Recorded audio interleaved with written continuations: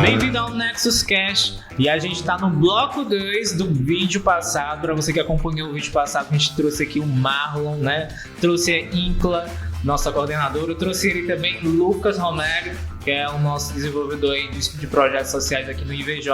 Então a gente tem muita coisa aí para tratar ainda nesse bloco 2, né? Então eu vou jogar aqui uma pergunta que eu estava no bloco anterior querendo fazer a Marlon. Qual foi, né, a maior dificuldade na sua carreira profissional como jogador de futebol? Para deixar bem claro, a maior dificuldade que eu tive foi viver longe da minha família. Passou um período da minha carreira que eu tive essa experiência, né? E como a Incla falou, eu sou muito família. Demorou muito para mim poder, vamos dizer assim, se adequar e acostumar com essa ausência da família. Então foi um ponto muito importante, mas também que demorou um pouco para mim poder se adaptar em questão da saudade. Marlon, falando um pouco de momentos marcantes. Você começou aos 13 anos, né? Então já está aí nessa trajetória de futebol há quanto tempo, mais ou menos? Já tenho uns 17 anos, quase 20 anos por aí. Pronto. E durante todo esse período, qual foi sua maior alegria no futebol e qual foi sua maior tristeza? Minha maior alegria foi ver meus pais. Minha primeira alegria foi o nascimento da minha filha. Mas antes disso, teve um momento marcante, onde na minha carreira profissional eu tive, que foi ver os meus pais na arquibancada, fizeram uma surpresa para mim. Eu era base do Fortaleza. Na época a gente fazia preliminares, né, quando tinha jogo do Castelão no profissional, e pra gente que era da base, aquilo ali era muito importante. Porque treinador do profissional via, né, o estádio estava lotado. Então a gente, queira ou não, sentia um gás a mais para poder mostrar o seu talento ali dentro do campo. É que nem uma criança num palco, mais ou menos dessa maneira, assim. Então, quando terminou o jogo, eu lembro que ainda o nosso comentarista da cidade, Tom Bahia, fazia esse intercâmbio, né, da rádio do Castelão para cá. Ele estava na beira do campo e ele falou para mim que eu iria ter uma surpresa após o jogo, né? Eles planejaram Foi tudo combinado. Meus pais viajaram até com ele nesse dia. Eles iam pro jogo, no dia do jogo, e meus pais foram junto com ele. Não desconfiou de nada? De nada. Meus pais não falaram nada. E nisso, quando terminou o jogo, vencemos o jogo no Castelão. Foi quando eu vi meus pais pela primeira vez em um estádio lotado. E eu olhei pro meu pai e pra minha mãe, eles chorando. Então foi um dia muito marcante pra minha vida. Me emociono porque... Na hora que tu chegou lá, como foi isso aí?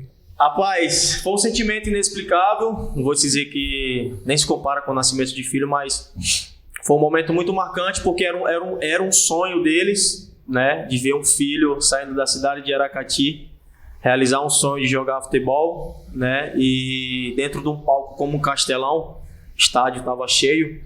Era um momento muito importante, foi um momento que ficou marcado e nunca vou esquecer. E o momento mais triste, né, na minha carreira foi quando eu tive lesões que eu não pude fazer o meu trabalho na época que eu estava no Vitória, que quando eu viajei pro Vitória eu tinha na minha cabeça que dali minha carreira iria a vento a popa. Mas essas lesões que tu estava contando nos bastidores aqui? Isso, graças a Deus não foram lesões de chegar à cirurgia. Nessa época foi a primeira lesão ou foi a segunda? Que tu a primeira foi minha primeira lesão. Foi quando eu cheguei no Vitória. Eu nunca tive problema com lesão, graças a Deus. Principalmente em questão de cirurgias. Mas quando eu cheguei no Vitória eu tive muitos problemas em questão disso, né? A minha primeira foi uma lombar, que na época a gente iria até viajar para a Alemanha para fazer um campeonato lá pelo Vitória. Eu machuquei a lombar, não viajei. Voltei da lesão, tive um problema na posterior. Tratei, aí foi quando eu tive o problema na perna, que foi um período de férias que eu vim para Aracati. A gente tem o hábito de depilar a perna, fui bater futebol ali na praia de Majorlândia, ainda lembro. E quando foi na segunda-feira eu tive um problema de infecção bacteriana, né? Isso eu lembro, foi dia 23, eu fiquei 22, 23, em casa. Dia 24 fui para o hospital. Mas tu tava no Vitória, né? Tava no Vitória. Tinha assinado um contrato de 3 anos e meio. E nesse período, o médico falou para mim que eu teria que me internar, justamente para mim não perder a perna e parar de jogar bola. Então foi um dos momentos mais difíceis da minha vida. Passou assim, quanto tempo assim? Fiquei mais de 2 meses sem poder treinar, sem poder jogar, sem poder fazer nada. E a Só me internação recuperando. foi na véspera do Natal, né? Na Foi véspera do internado. Natal. Graças a Deus eu consegui a liberação no final do ano, para me poder justamente passar com a minha família, porque eu tinha explicado para o médico, eu falei, eu tô morando em Salvador, eu passo o ano inteiro longe da minha família, e quando eu venho para cá acontece isso. Daí conversei, expliquei para ele, e graças a Deus eu consegui que ele me desse alta na virada de ano, né? E como eu estava falando nos bastidores, eu fiquei mais 3 dias em Aracati, depois da virada, e viajei para Salvador. Mas quando eu cheguei em Salvador, eu não pude treinar com o grupo. Então eu fui perdendo espaço, né, nesse decorrer do processo lá em Salvador. Mas fez mais ou menos quanto tempo, assim, um período, assim, de meses? Foi meses, eu fiquei meses sem poder trabalhar, né, justamente por conta de tudo isso. E foi frustrante para mim porque eu nunca tive esse problema. E foi uma experiência muito grande, porque eu machucava, tratava, voltava bem, machucava de novo.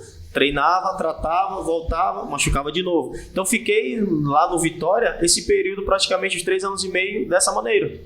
Entendeu? Então foi uma experiência negativa que eu tive no Vitória, que ficou marcado. Mas lá, por exemplo, a diferença era do quê? Do ritmo, de assistência, vocês tinham mais assistência?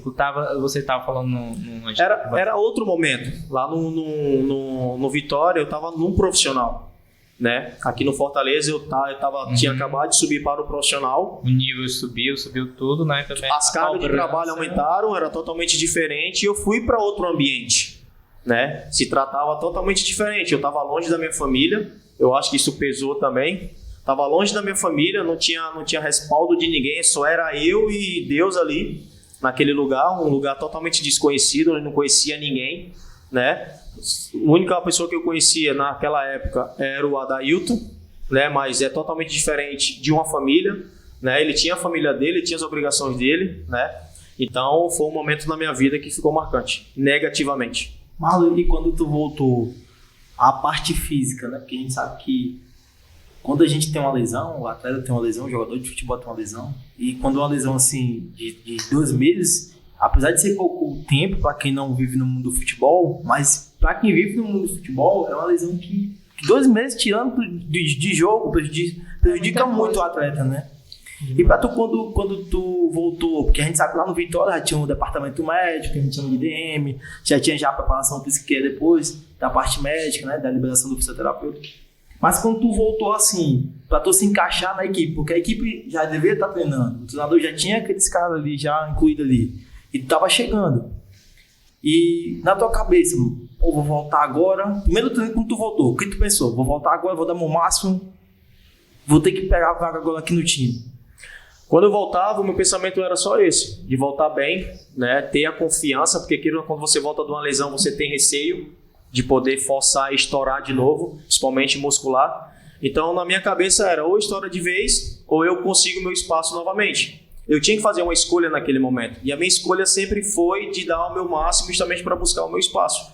Porque quando você está no profissional, existem treinadores que têm suas peças fundamentais, têm suas peças de confiança, principalmente da minha posição para frente, né? Que é uma posição que vamos dizer assim, a maioria dos treinadores é a peça fundamental dentro de um jogo, né? Não falando da parte defensiva, que é muito importante, você sabe muito bem disso, mas a maioria dos treinadores tem suas peças fundamentais que é do meio para frente.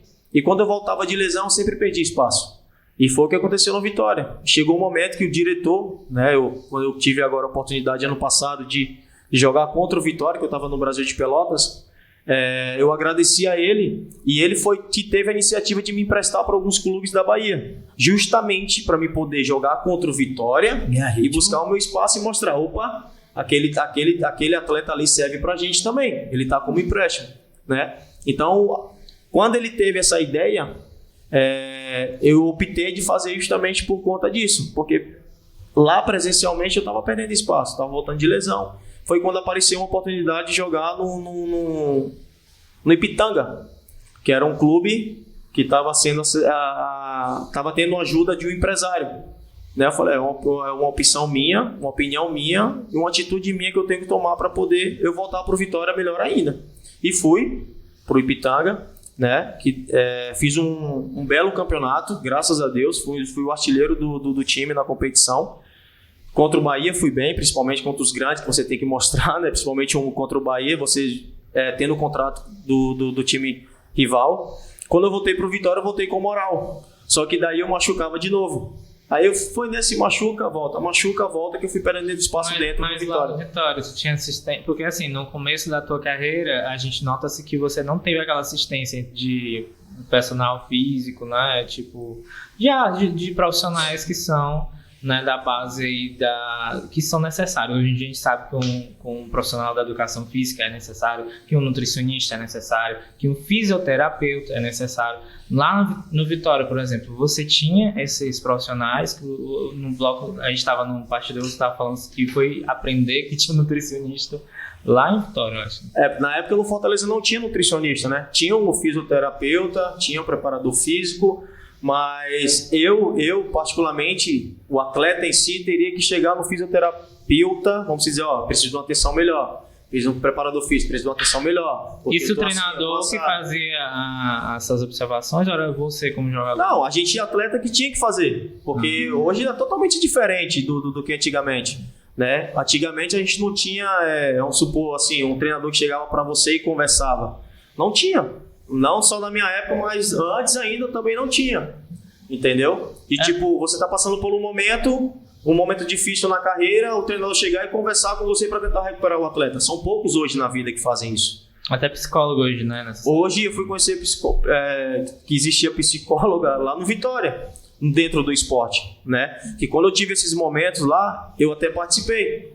Justamente porque a psicóloga queria saber e entender do porquê estava acontecendo aquilo comigo. Daí foi quando eu fui começar a entender da importância do psicólogo dentro do esporte, né? E lá no Vitória tinha isso. Tinha nutricionista, foi quando eu comecei a entender sobre a alimentação. Acompanhar melhor tudo. Isso, a minha alimentação, porque a alimentação para mim não era nada. Eu comia de tudo, né? Mas eu comia de tudo. Por isso que eu sempre brigava com a balança. Mas quando tu se lesionava, só era o período que tu tinha mais contato, só era o período mesmo do tratamento. Posterior ao tratamento não tinha esse acompanhamento com o fisioterapeuta? Tinha. Lá no Vitória tinha. Tinha acompanhamento pós-lesão, né? Porque a fisioterapia não atua só na pós-lesão, ela atua também na prevenção de lesões.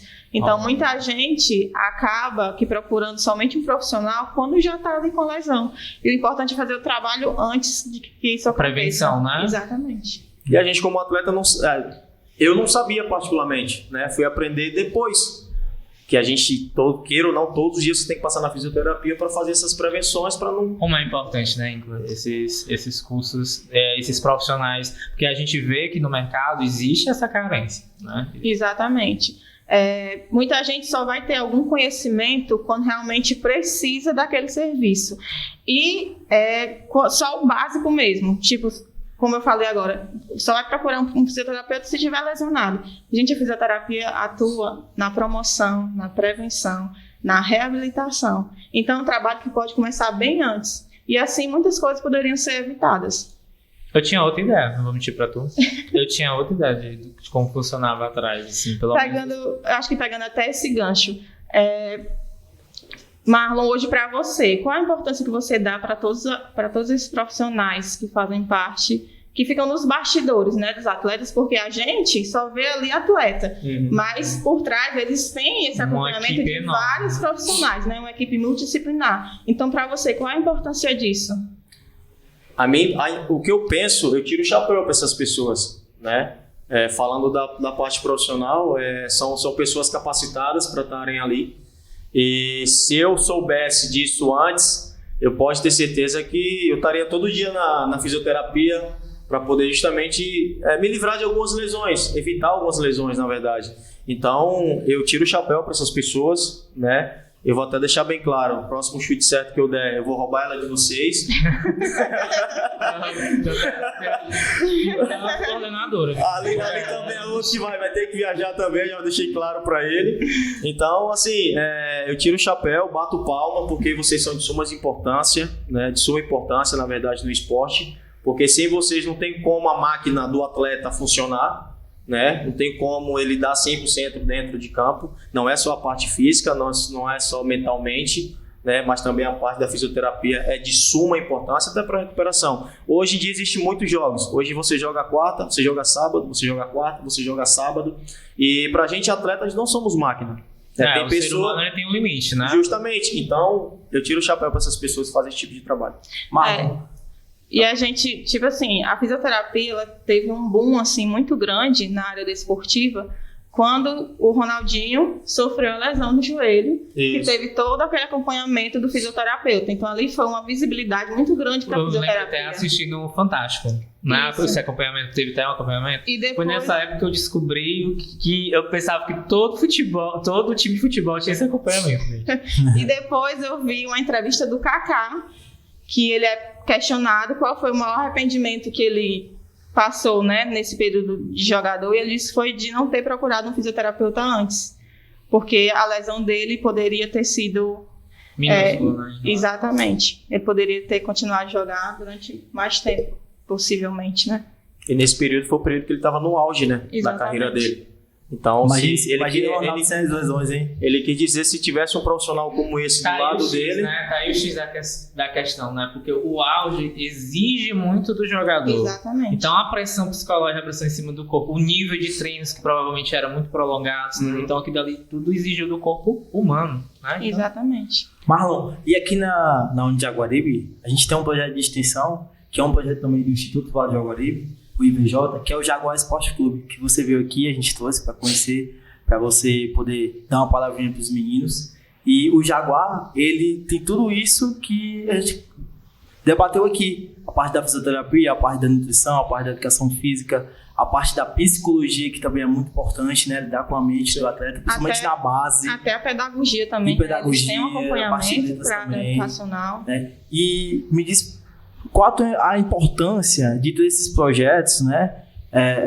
Dentro dessas comunidades de baixa vulnerabilidade, porque a gente tem lá em Fortinha, a gente tem em Canoa Quebrada, a gente vai agora para Parajuru, estamos chegando agora em Jaguaruana. E você também participou de algum Participei. Como essa foi felicidade? Como é para tu esse projeto Jaguar? E como foi para tu naquela vivência com os meninos aqui? Olha, eu vejo um sucesso muito grande, né? Naquele momento ali eu tive essa felicidade. Eu te agradeço até mais uma vez pelo convite, que foi um momento único na minha vida, mais um, que pode ter certeza que ficará marcado na minha carreira e na minha vida, de ver eu falando um pouco da minha história para aquelas crianças, né? Onde eu tive naquele lugar delas, de poder sonhar de ser um atleta de futebol, né? De poder buscar o seu espaço, de poder mostrar o seu talento, o dom que Deus deu.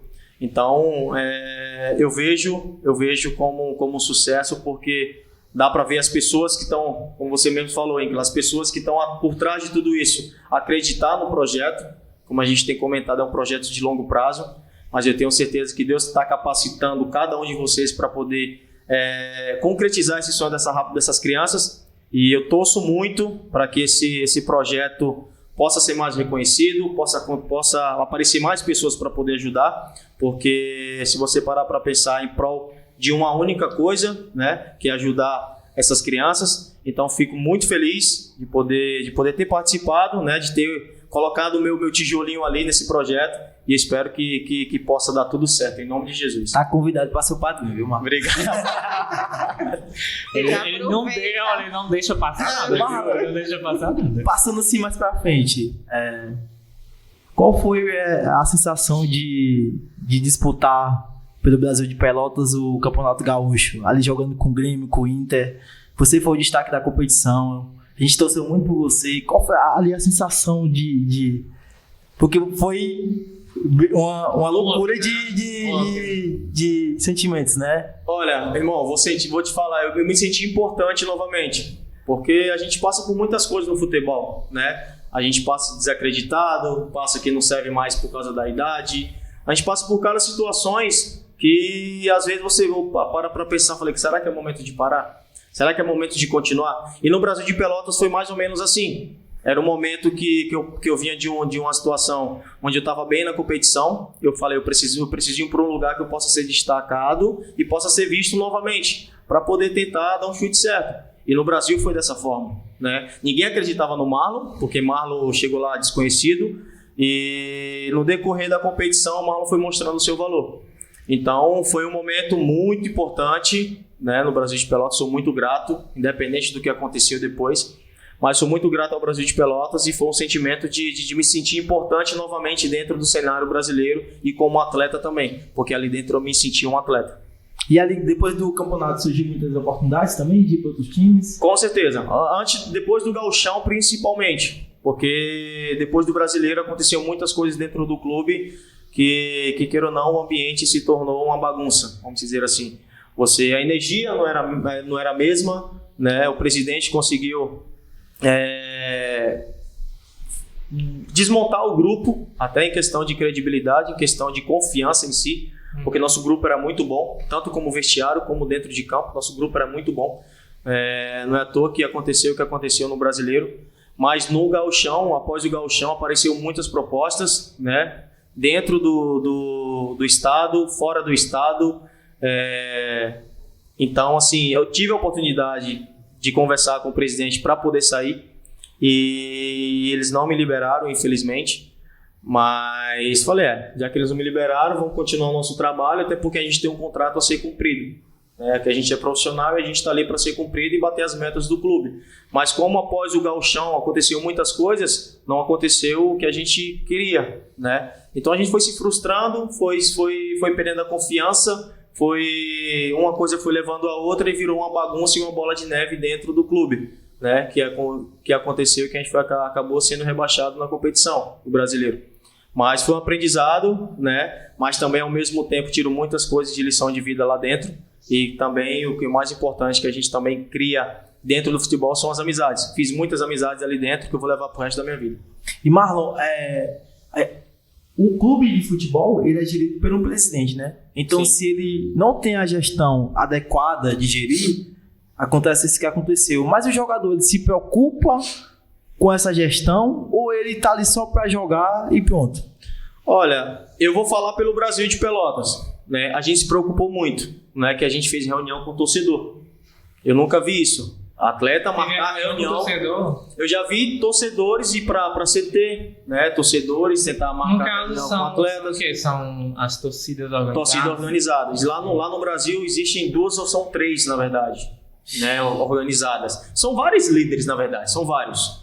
Daí, como se fosse um sindicato, né? Assim, do futebol, mais ou menos isso. Aí é mais. Mas a boca é quente. É situação ruim, né, mano? É verdade. Só a pressão, se queira ou não, a pressão é muito maior. Quando você tá bem, você passa um pano ali e tá tudo ok. Tá vencendo, passa o pano e vai empurrando com a barriga. Mas quando as coisas não vão acontecendo, a primeira coisa que vai ser afetada é a torcida com a diretoria, principalmente atletas. Não é torcida e diretoria. A primeira cobrança vai no atleta. Sempre, né? Foi o que aconteceu. A torcida cobrava os atletas, só que eles não sabiam a metade do texto que estava acontecendo. Mas no caso aí, tu tá falando uma história que houve um desmonte do time, né? No caso aí. Também. Uns foram embora justamente por conta do que estava acontecendo, né? De credibilidade, do presidente falar uma coisa e não cumprir. Então né? a gente vê altos e baixos, né? Aí essas coisas, quem tá de fora não sabe. Não vê. Tá... Aí chegou um ponto a gente, atletas, fazer reunião com a diretoria e torcida. Porque o torcedor tinha queira ou não, uma liberdade com o nosso capitão, que era o Cal na época, e o Cal trocava mensagem com eles, com um dos líderes de torcida. Mas nesse período tua esposa já tava contigo? Minha esposa tava comigo. A gente passou com filho, no caso aí já. A gente tinha uma menina, minha filha tem 10 anos de idade. Que joga muito, viu? Isso foi ano passado, entendeu? Isso foi ano passado. E lá a gente passou um momento até frustrante. Frustrante não, delicado no supermercado com o torcedor. Você vê quanto como Como é vai difícil pra a fora, situação. né? A gente pensa que fica lá nos muros dos estádios, né? Mas não vai pra fora. Isso, daí o torcedor pegou, mandou mensagem pro Cal falando, ó, a gente precisa saber o que tá acontecendo. As vitórias não estão vindo, parece que vocês não estão correndo, o que é que tá acontecendo? A gente precisa saber. Foi quando a gente juntou, foi pra lavar os pratos. Entendi. Daí torcida falou, diretoria falou e atleta falou. Aí chegou um momento que o presidente, parece o Kiko, né? A gente até brinca, botou o apelido dele de Kiko, que ele era meio gordinho, bochechudo assim. Branquinho, que gaúcho, gaúcho é branquinho, né? Gaúcho frio e tal. Daí que quando a gente desmentiu na cara dele, que ele tinha falado uma coisa pra torcida, sendo que não era verdade. Ele ficou vermelho na mesma hora. Daí foi dar uma coisa que a gente falou, não, isso aqui não vai pra frente não. Porque os caras falam uma coisa e não estão fazendo. A própria torcida também. Falou pra gente, ó, a gente tem que lavar os pratos pra saber quem cobrar. Entendi. Né? Então, a gente pode notar que gente, claro que eu nasci dentro do campo de futebol, mas eu nunca tive essa afinidade de querer isso pra minha carreira. Mas não deixou de ser um desejo dos meus pais, né? Do meu pai principalmente, né? Aquele corintiano doente. Oi, pai, tudo bom? Mas a gente pode linkar também isso aí, porque é os altos e baixos, né? Então, na vida do profissional de futebol, esses altos e baixos são necessários. Com certeza. Não são precisos, né? Você não deseja, mas são necessários. Né? Mas eu queria saber de ti, o que tu tem assim, para deixar para essas pessoas, esses jovens, né? A gente fala aqui do projeto, né? Do Jaguar, mas para esses jovens, o que eu posso deixar de mensagem? Vindo de você, que é um atleta renomado, né? Um atleta que traz assim, um fogo de esperança para essas crianças que desejam, né, conquistar o seu espaço no esporte. Olha, primeiro eu falo para eles não deixarem se contaminar com coisas negativas, né? Que isso te leva para o fundo do poço. Né? E prestar bastante atenção com certas amizades. Eu tive momentos que eu deixava se levar por certas amizades que falavam, na verdade, que eram meus amigos e não eram, né? Então, o ponto positivo que eu deixo para essas crianças é que nunca deixe de acreditar no seu talento, né? No seu dom, no seu trabalho, que sempre que acreditem em Deus, porque Deus deu um dom para eles, que é jogar futebol. E em cima disso, eles trabalhem muito, porque não é fácil, mas vale muito a pena. Isso eu posso falar com o coração cheio de amor que vale muito a pena. Você abre mão de muitas coisas, uma delas é família. Tem pessoas hoje, atletas, que têm a felicidade de levar sua família junto, tem outros que no início não têm, mas acreditam, né, têm fé em Deus que vão conseguir o seu sonho, né, e claro, continuar trabalhando duro todos os dias, que lá na frente eles vão olhar para trás e vão falar: obrigado, Senhor, por tudo que o Senhor me deu, por tudo que o Senhor me capacitou, e eu te agradeço porque valeu muito a pena passar por tudo que eu passei. Então, que vocês tenham uma carreira brilhante, que vocês tenham fé em Deus, que eu tenho certeza que vocês vão conseguir seu sonho, realizar seu sonho. É forte, gente. Dá vontade de chorar? Marlon, e quando encerrar a carreira, já começa em alguma coisa, técnico de futebol? Rapaz, empresário. Esses dias pra trás eu tava conversando com o Gilmar ali na Gbit, né? Na arena ali. E ele me deu um estralado de dedo assim muito importante. Quando ele parou de jogar bola, ele não parou de imediato. Ele planejou parar. Porque é muito difícil. Tem pessoas que falam, é muito difícil. Tem outras pessoas, não é difícil. Mas para mim eu tenho como uma decisão muito difícil. Porque eu vou parar de fazer uma coisa que eu amo. Por mais que a pessoa continue no esporte. Mas é diferente você entrar dentro de campo e jogar. Quem é jogador de futebol, quem é atleta de futebol sabe que é diferente. Claro, friozinho na barriga existe, treinador, torcedor, enfim, existe. Mas o momento dentro do campo ali, jogar, chutar uma bola, é único, sabe? Então, assim, eu não penso ainda em parar, né? Graças à minha esposa, te amo. Ela fala, ela brinca até comigo. Esse homem declara mesmo. Hoje, graças a Deus, a forma que eu penso, o homem que eu me tornei, graças a Deus, Foi a Foi família. através dela, ela que eu tiro o chapéu para ela, porque para me aturar, ela foi muita oração, né? E muita oração e jejum. Então, assim, eu sou grato a ela por tudo que ela tem me ensinado, né? E ela fala, ó, você vai parar de jogar bola quando você parar de não conseguir mais correr. Quando você conseguir correr, Jesus te der força para correr, você vai estar jogando. Então, ela plantou isso na minha cabeça, né? Porque um tempo atrás eu pensava em parar. Mas, graças a ela jogou a sementinha ali, eu tô com isso na cabeça. Mas, se eu parar de jogar bola daqui uns anos ainda, eu quero mexer com futebol sim. Recebi até um convite, né, para fazer um curso aí. Vou estudar sobre essa possibilidade. Não sei Se quem inscrever, disse não sei isso, quem né? disse, mas... Está ela ali, ó. Mas vai ser bacana até pensando, estar junto ali em família, né? Todo mundo junto pensando, remando no mesmo lugar. Então, eu quero mexer sim com esporte, quero mexer com futebol, não quero sair desse ramo porque é uma coisa muito gostosa, muito maravilhosa de presenciar, de ver um colega se dando bem, né? De poder ajudar de alguma forma. Sementes crescendo, né? Isso. Nossa. Hoje, graças a Deus, eu tive uma experiência, vou contar um testemunho tão rápido aqui. Uns dias para trás, né? Eu estava no Capital, a gente acabou fazendo um acordo e eu e um colega meu, a gente resolveu ir embora. E daí ele já estava pensando em parar. Tudo que ele pensava, eu pensava também.